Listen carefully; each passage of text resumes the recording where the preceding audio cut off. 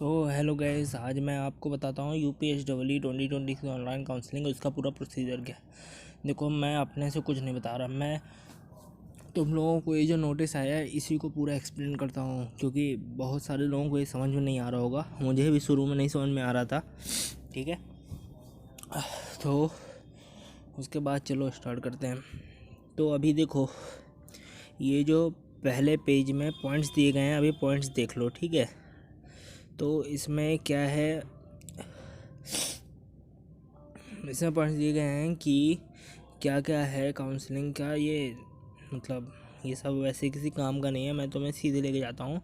आज जैसे अभी 3 बजे से है, 3 बजे से अब डेट बढ़ा, वो टाइम बढ़ा दिया गया है 19 को, आज से मतलब। तो अब मैं बताता हूँ कि पहले राउंड की काउंसलिंग में क्या है। तो पहले राउंड की काउंसलिंग कुछ नहीं है, सबसे पहले आपको रजिस्ट्रेशन करना है अगर आप क्वालिफाइड हैं तो। ठीक है, क्वालिफाइड का मतलब है अगर आपका स्कोर कार्ड जनरेट हो गया है या और 25% जो जनरल वालों के लिए 150 नंबर कट ऑफ है वो आपको देखना है। तो वो अगर आपका पार हो गया है तो बस आपको 1000 रुपये फ़ीस जमा करनी है। रजिस्ट्रेशन करते के साथ आपको फ़ीस भी जमा करनी है। ठीक है, तो ये हो गया राउंड 1 का। इसके बाद आपको क्या करना है, इसकी जो डेट है, डेट भी मैं आपको बताता हूँ। जो ये आपको रजिस्ट्रेशन फ़ी पेमेंट करना है, ये आपको 3 दिन का वेट है, इसलिए जल्दबाजी बिल्कुल भी मत करना। ठीक है, पहले सोच समझ लेना। ये लिखा था 2 बजे से, लेकिन अब टाइम बढ़ा दिया गया है, तो अभी 3 बजे दिखा रहा है, हो सकता है टाइम और बढ़ जाए। ठीक है, तो 3 दिन का टाइम तुम लोगों को दिया गया है, 19, 20, 21 और 22। ठीक है, 19, 20, 21, 22, 4 दिन है तुम्हारे पास। 4 दिन में तुम लोगों को क्या करना है, रजिस्ट्रेशन करना है काउंसलिंग का। वो अभी आ जाएगा उसमें ऑफिशियल वेबसाइट पे। फ़ी का पेमेंट करना है, फ़ी पेमेंट के साथ साथ डॉक्यूमेंट अपलोड करने हैं। ठीक है, डॉक्यूमेंट कौन कौन से अपलोड करने हैं वो पूरा प्रोसीजर जैसे ही काउंसलिंग खुलती है मैं वीडियो उसका बना दूंगा कि पूरा एक एक स्टेप उसमें एक्सप्लेन कर दूंगा। ठीक है, वो देख लेना। तो 22 तक तुम लोगों को करना है ये फर्स्ट राउंड का रजिस्ट्रेशन और डॉक्यूमेंट अपलोड। ठीक है, डॉक्यूमेंट वेरिफिकेशन होगा 20 तारीख से, मतलब कल से डॉक्यूमेंट वेरिफिकेशन चालू होगा, वो 23 तक चलेगा। मतलब 23 तारीख तक तुम लोगों के डॉक्यूमेंट वेरीफाई हो जाएंगे। ठीक है, जिनको नहीं होते उनको बता दिया जाएगा मैसेज और मेल के थ्रू कि क्या प्रॉब्लम है। ठीक है, उसके बाद तुम लोगों को जो है वो सही करके 24 तक ये कंप्लीट करना है। और जैसे ही जिसके जिसके डॉक्यूमेंट वेरीफाई होते जाएंगे, ऑनलाइन चॉइस लॉकिंग जो होती है, मतलब चॉइस फिलिंग वगैरह है, वो 20 से 26 तक चलनी है। ठीक है, जैसे जैसे तुम लोगों का होता जाएगा आगे आगे डॉक्यूमेंट वेरीफाई, जिसका जिसका जिस सीक्वेंस में होता जाएगा वो उसके बाद सीट फिलिंग कर सकता है। ठीक है, सीट फिलिंग हो गई 26। ठीक है, उसके बाद एक बार तुमने अपनी चॉइस लॉक कर दी तो सीट अलॉटमेंट भी उसी दिन ये लोग दे रहे हैं। अब मुझे ये नहीं पता कि देंगे भी कि नहीं, हो सकता है टाइम बढ़ा दें। रिज़ल्ट तो इतना लेट दे रहे हैं तो कैसे एक उसी दिन चॉइस लॉकिंग जो करेगा उसका भी उसी दिन सीट अलॉट कैसे कर देंगे, सोचो तुम खुद ही, है ना। रिज़ल्ट जब देने में 1 महीना लगा दिया। तो उसके बाद सीट अलॉटमेंट ये 26 अक्टूबर को दिए हैं फर्स्ट राउंड की। ठीक है, फर्स्ट राउंड की सीट अलॉटमेंट हो गई। और उसके बाद क्या है फर्स्ट राउंड की सीट अलॉटमेंट के बाद तुम लोगों को 2 ऑप्शन चूज़ करने हैं, फ्रीज अपलोड। फ्रीज का मतलब तुम उसको सीट को लेना है, अपलोड का मतलब तुम्हें उस सीट को छोड़ के अपग्रेड पे जाना है। ठीक है, वो सीट तो तुम्हें मिल गई, वो तो तुम्हारी है ही है। अगर आगे कुछ उससे ऊपर जो तुम चॉइस लॉकिंग जिस भी सीक्वेंस में कर रहे हो, अगर उस सीक्वेंस में तुम लोगों को सीट नहीं मिलती है तो फिर क्या होगा। अगर उस सीक्वेंस में तुम लोगों को सीट कोई भी नहीं मिलती तो तुम अगले राउंड में वैसे ही चले जाओगे सेकेंड राउंड में, और जो सीट उस राउंड में मिल जाएगी वो तो मिल गई। उसके ऊपर जो तुम लोगों ने भरे हैं कॉलेज, जैसे तुम लोगों को 10th नंबर की चॉइस तुम्हारी जो थी वो कॉलेज मिला पहले राउंड में, तो अब जो कॉलेज मिलेगा तुम लोगों को अपग्रेड होकर मिलेगा। जैसे 9th 8th तुम्हारी जो ऑनलाइन चॉइस फिलिंग की रैंकिंग है उसके हिसाब से। ठीक है, तो ऑनलाइन विलिंगनेस तुम लोगों को चूज़ करनी है। फ्रीज फ्लोट, अब फर्स्ट राउंड में जनरली कौन ही फ्रीज़ करता है अगर अच्छा कॉलेज नहीं मिलता तो फिर उसके बाद फ्रीज़ करने के बाद या फ्लोट करने के बाद तुम लोगों को 20,000 रुपीज़ सीट कन्फर्मेशन फ़ीस देनी है। अगर तुम्हें वो सीट कंफर्म करनी है तो तुम लोगों को 20,000 रुपये जमा करने हैं। अगर तुम लोगों ने 20,000 रुपये जमा नहीं किए, 20,000 जनरल के लिए हैं और 12,000 SC/ST के लिए हैं, वो तुम लोग कंफ्यूज मत होना, ठीक है। और ये करने के बाद ये पहला राउंड जो है वो ख़त्म हो जाता है 29 को। सेकेंड राउंड भी बिल्कुल सेम है, कुछ नहीं है, same to same first round की तरह है। सेकेंड राउंड में भी आप फ्रेश कैंडिडेट रजिस्ट्रेशन कर सकते हैं, डॉक्यूमेंट वेरिफिकेशन है, चॉइस लॉकिंग है, वही सब, ठीक है। डेट टाइम तुम लोग देख ही लो, स्क्रीनशॉट इसका ले लो, ना हो तो वैसे तुम लोग डाउनलोड कर ही चुके होगे, ठीक है। उसके बाद थर्ड राउंड भी सेम है, ठीक है। थर्ड राउंड भी में भी कोई डिफरेंस नहीं है और सब कुछ सेम है, ठीक है। सब में तुम्हें सीट कंफर्मेशन फ़ीस जमा करनी है अगर तुम उस राउंड में लेना चाहते हो कॉलेज की नहीं, ठीक है।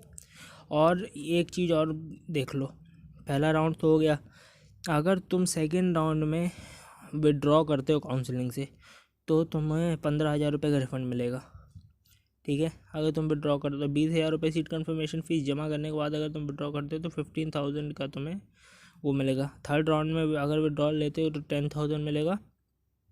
फोर्थ राउंड में अगर लेते हो तो कुछ दिया नहीं है, मतलब फोर्थ राउंड मानो फाइनल राउंड, उसके बाद तुम्हें रिपोर्टिंग करनी है, ठीक है।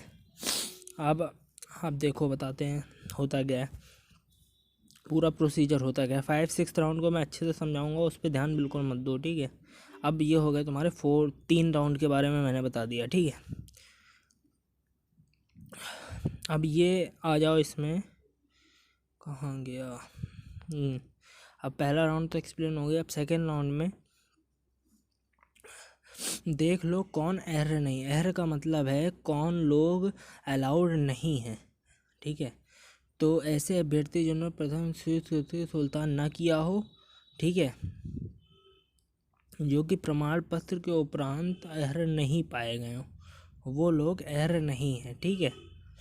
और जो लोग अलाउड हैं वो लोग, जिन लोगों ने 20,000 रुपये नहीं जमा किए पहले राउंड में वो अलाउड नहीं है, और जो लोगों ने अपना वो ऑनलाइन डॉक्यूमेंट्स अपलोड नहीं किए वो भी, उनका भी अगर डॉक्यूमेंट्स वेरीफाई नहीं हुए तो वो भी अलाउड नहीं है, ठीक है। अलाउड कौन कौन है, अब आ जाओ कौन एरर है, मतलब कौन अलाउड है। अब इन्होंने 4 ग्रुप बना के दे दिए हैं, ठीक है, कौन कौन अलाउड है। पहला तो नए लोग हो गए, नए लोगों का सेम प्रोसीजर है जो फर्स्ट राउंड वाले का है, ठीक है। और अब आ जाओ ग्रुप 2 में है जिन्होंने फ्रीज किया है, तो ठीक है। तो जिन्होंने फ्रीज किया है उनको कुछ इसमें करने का ऑप्शन नहीं दिया जाएगा, ठीक है। और फ्रीज अभ्यर्थी, ठीक है, और रहेगी और उनकी आवंटित श्रेणी के नियमानुसार अपग्रेड किया जा सकता है। आप लोगों का जो है सेकेंड राउंड में फ्रीज अभ्यर्थी हो गए, अब होते हैं फ्लोट अभ्यर्थी। फ्लोट वो लोग हैं जिन्होंने पहले राउंड में सीट अलॉट होने के बाद कंफर्मेशन फ़ीस नहीं जमा कर दी है, पर सीट फ्रीज नहीं करी, उन्होंने फ्लोट करी है, ठीक है। तो उनका क्या है, ऐसे अभ्यर्थियों को विकल्पों में संशोधन करने की अनुमति दी जाएगी। उन लोगों को एक चीज़ ध्यान रखो कि जिन लोगों ने पहले राउंड में रजिस्ट्रेशन किया है, ठीक है, सबसे पहले समझो, पहले राउंड में जिन्होंने रजिस्ट्रेशन किया है उन लोगों को कोई और सीट अलॉटमेंट जिन्होंने मतलब उसमें रजिस्ट्रेशन करके सीट अलॉटमेंट कर दिया है और फ्रीज कर दिया है, ऐसे लोगों को अपनी चॉइस बदलने का मौका नहीं मिलेगा किसी भी राउंड में, ऐसा समझ लेना, ठीक है। और जिन लोगों ने फ्लोट किया है वो सेकेंड राउंड में अपनी सीट में भी वो कर सकते हैं, ठीक है, चेंजेस, मतलब सीट जो ऑनलाइन चॉइस फिलिंग है उसमें चेंजेस कर सकते हैं। तो ये हो गया सेकेंड राउंड, ठीक है। मतलब फ्लोट ही करना अगर तुम लोगों को और अच्छी मतलब वो चाहिए कि तुम लोगों के पास ज़्यादा पावर हो कि हर राउंड में तुम अपनी सीट ऊपर नीचे चेंज कर सको, तो फ्लोट ही करना, फ्रीज मत करना, ठीक है। ग्रुप 4 इन्होंने क्या बांटा है, ऐसे अभ्यर्थी है जिन्होंने पिछले चरणों में कोई भी सीट आवंटित नहीं हुई है। अब जब कोई भी सीट आवंटित हुई ही नहीं है तो तुम सीधे सीधे सेकेंड राउंड में चले गए, उसमें तुम्हें कुछ करना ही नहीं है, ठीक। अब इतना हो गया। थर्ड राउंड भी बिल्कुल सेम है, थर्ड राउंड में भी अभी एक बात ध्यान रखना, तुम लोग पहले राउंड, सेकेंड राउंड और थर्ड राउंड में ऑनलाइन रजिस्ट्रेशन कर सकते हो, है ना। ऐसा कुछ नहीं है, बहुत जब मैंने अपने समय में काउंसलिंग कराई थी तब तो वो था, SC ST और OBC ये सब था, ठीक है। अब देखो इसका इम्पोर्टेंट पॉइंट क्या है, तीसरे चरण का सीटों का परिवर्तन नियम समझ लो। सभी पदों के क्षैतिज आरक्षण के बिना किसी परिवर्तन की सीट आवंटन किया जाएगा। समझ लेना कि अगर तीसरे राउंड में तुम लोग जाओगे तो SC ST हो चाहे OBC हो, उनको ऐसा ओपन कैटेगरी ही लिया जाएगा, उसी के उसमें तुम लोगों को सीट आवंटित की जाएगी। मतलब तुम लोगों को जो सीट अलॉटमेंट होगी वो ओपन रैंक के बेसिस पे होगी। तो अगर तुम लोगों को कैटेगरी का बेनिफिट लेना है तो पहले राउंड और सेकेंड राउंड में रजिस्ट्रेशन कर देना ज़रूर से, क्योंकि थर्ड राउंड में अगर तुम लोग सीट वो जाते हो तो तुम लोगों को ओपन कैटेगरी में ही मिलेगी सीट, और वो उसमें नहीं मिलेगी, ठीक है। कैटेगरी वाइज सीट अलॉटमेंट नहीं होगा, ओपन कैटेगरी के हिसाब से सीट अलॉटमेंट होगा, ठीक है। जनरल वालों के लिए तो बहुत ही अच्छा राउंड है फिर तीसरा राउंड, ठीक। अब राउंड 4 में कौन एप्लीकेबल है देख लो, ठीक है। अब वो तो हर राउंड में कॉमन है कि जिन्होंने स्वीकृति स्वरूप 20,000 का नहीं जमा किया या 12,000 का SC ST के लिए, वो तो एप्लीकेबल हो ही नहीं सकते, और जिनके डॉक्यूमेंट भी वेरीफाई नहीं हो वो भी एप्लीकेबल नहीं है। और कौन वो है, ठीक, कौन अलाउड है देख लो। इसमें फोर्थ राउंड में कोई भी नया रजिस्ट्रेशन नहीं होगा। अभी तक तुम लोग क्या देख रहे थे कि नए रजिस्ट्रेशन वालों को भी अलाउड था, अब नया रजिस्ट्रेशन फोर्थ राउंड में नहीं होगा। या तो फ्रीज फ्लोट या जिसको कोई भी आवंटित सीट नहीं हुई है वो लोग हैं जो लोग अलाउड हैं, ठीक है, समझ गए। फोर्थ राउंड की सीट अलॉटमेंट हो गई, ठीक है। फोर्थ राउंड के बाद तुम लोगों को फिजिकल रिपोर्टिंग कॉलेज में करनी होगी। फोर्थ राउंड के बाद तुम लोग जब कॉलेज ले लोगे, और अब देखो सबसे इम्पोर्टेंट क्या है, राउंड 5 और राउंड 6। तो स्पेशल राउंड जो होता है, स्पेशल राउंड प्राइवेट कॉलेजेस के लिए नहीं है, ठीक है। इसमें क्या लिखा है, स्पेशल राउंड काउंसलिंग चरण 5 शासकीय सहायता प्राप्त संस्थानों हेतु, ठीक।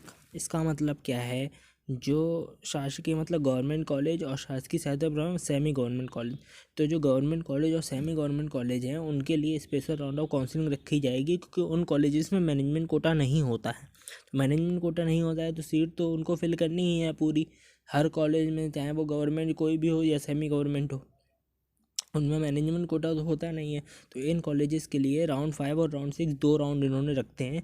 राउंड 5 भी स्पेशल राउंड है, राउंड 6 भी स्पेशल राउंड है, लेकिन राउंड 5 और राउंड 6 में तुम लोग 1,000 रुपये दे के सीरियल अलॉटमेंट नहीं ले सकते। तुम्हें उसके साथ ही साथ 20,000 का जो है, इधर देख लो साफ साफ लिखा है स्पेशल राउंड काउंसलिंग चरण 5, ठीक है। इसमें देखो लिखा है स्पेशल राउंड उम्मीदवारों को इस राउंड में भाग लेने के लिए, इसमें 1 2 3 4 5 चौथी लाइन में आखिरी में देखो, स्पेशल राउंड उम्मीदवार को इस राउंड में भाग लेने के लिए 20,000 रुपये सीट कन्फर्मेशन फीस जमा करनी होगी। राउंड 5 और राउंड 6 में पार्टिसिपेट करने के लिए तुम लोगों को 20,000 की फ़ीस जमा करनी पड़ेगी, जो तुम लोगों को रिटर्न नहीं की जाएगी। तो अगर फोर्थ राउंड के बाद तुम लोगों को कंफर्म हो कि हाँ अब मुझे कॉलेज UPTU से ही लेना है, ठीक है, तो ही तुम राउंड 5 और राउंड 6 में रजिस्ट्रेशन करना। मतलब राउंड 5 और राउंड 6 में पार्टिसिपेट करना, वरना मत करना, ठीक है।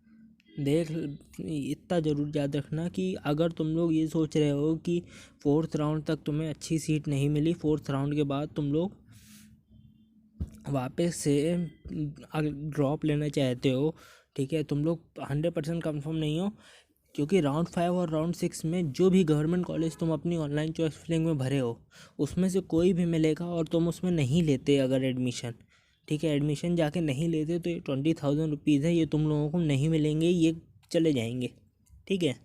तो ये डिसएडवांटेज भी है, लेकिन एडवांटेज क्या है, अगर जिन लोगों को चाहिए कि कोई भी गवर्नमेंट कॉलेज हो लेकिन गवर्नमेंट कॉलेज हो, वो लोग ज़रूर से राउंड 5 और राउंड 6 में करें, क्योंकि ये होते ही गवर्नमेंट कॉलेजेस के लिए ही है, गवर्नमेंट और सेमी गवर्नमेंट के लिए। राउंड 5 के बाद अगर फिर भी सीटें खाली बचती हैं तो राउंड 6 में भी वही प्रोसीजर है राउंड 5 वाला। तो अगर तुम बेसिक पॉइंट्स क्या हैं, 4 राउंड का एक्सप्लेन कर दिया फर्स्ट 3 राउंड में। अब देखो सम अप करते हैं, पूरा जो अभी तक पूरा काउंसलिंग प्रोसीजर है उसको सम अप करते हैं। पहला क्या है, राउंड 1, राउंड 2 और राउंड 3, तीनों कॉमन राउंड है, ठीक है। तीनों कॉमन राउंड है, तीनों में रजिस्ट्रेशन हो सकता है, ठीक है, 1000 रुपीज़ दे के। और तीनों के बाद तुम लोग ऑनलाइन विड्रॉल भी कर सकते हो, ठीक है। अब समझो, लेकिन राउंड जो 3 है, राउंड 3 में SC ST और OBC को कोई बेनिफिट नहीं मिलेगा। उसमें सिर्फ जनरल रैंक के हिसाब से, ओपन रैंक जो है तुम्हारी, उसके हिसाब से अलॉटमेंट होगा थर्ड राउंड में, ठीक है। फोर्थ राउंड में कोई रजिस्ट्रेशन नहीं होगा। जो फर्स्ट, सेकेंड और थर्ड राउंड में रजिस्ट्रेशन करे वाले लोग हैं, जो फ्लोट किए हैं, वो लोग फोर्थ राउंड में पार्टिसिपेट कर सकते हैं। कंफर्म हो गया। उसके बाद तुम लोगों को फोर्थ राउंड में अगर तुम लोगों को सीट अलॉट होती है और तुम लोगों को वो सीट को फिजिकल रिपोर्टिंग करनी है, ठीक है। फिजिकल रिपोर्टिंग कॉलेज में जाने पड़ेगा तुम्हें करने, फ्री सीट के लिए फिजिकल रिपोर्टिंग करके पहुंच जाओगे तुम लोग, ठीक है। Internal sliding in government college जो लिखा है, इसके बारे में बाद में बताऊंगा, बहुत टाइम है अभी नवंबर तक के लिए, ठीक है। अभी इसका देखो, सिर्फ रजिस्ट्रेशन का ये हो गया। अब फिफ्थ राउंड क्या है, फिफ्थ एंड सिक्स्थ राउंड है। Fifth and sixth round spot round of counselling है, 2 स्पॉट राउंड है गवर्नमेंट और सेमी गवर्नमेंट कॉलेजेस के लिए। फिफ्थ राउंड और sixth round, fifth round of counselling जो है, इसमें क्या होगा, रजिस्ट्रेशन करना पड़ेगा, 20,000 का अमाउंट जमा करना पड़ेगा, जो वापस नहीं मिलेगा किसी भी हालत में, ठीक है। तो कुछ नहीं करना तुम लोगों को। अगर तुम लोग गवर्नमेंट सेमी गवर्नमेंट कॉलेज चाहिए तो फिफ्थ राउंड में ज़रूर से पार्टिसिपेट करना। अगर तुम लोगों को फोर्थ राउंड तक लगता है कि मुझे UPTU से अच्छा कॉलेज नहीं मिल पाएगा, मुझे UPTU से कॉलेज नहीं लेना, ड्रॉप लेना है, या मेंस से अगर तुम लोगों के वहाँ मार्क्स अच्छे हैं, वहाँ से कॉलेज लेना है, तो सीधे फोर्थ राउंड के बाद लीव कर देना काउंसलिंग, कोई ज़रूरत नहीं फिफ्थ और सिक्स्थ राउंड में जाने की, ठीक है। बस इतना था वीडियो अच्छा लगा हो तो लाइक कर दो, चैनल को सब्सक्राइब कर दो। और इस बार मैं पहली बार अपने चैनल पे एम करता हूँ कुछ, तो चलो 20 लाइक का एम करता हूँ, देखता हूँ तुम लोग 20 लाइक करते हो कि नहीं, ठीक है। छोटा छोटा एम करते हैं अपन छोटे छोटे से ऊपर जाने वाले हैं, एक साथ बहुत ज़्यादा डिमांड नहीं अपनी, ठीक है। चलो बाय बाय, मिलते हैं नेक्स्ट वीडियो में जो कि और शानदार होने वाली है, ठीक है। चलो बाय बाय।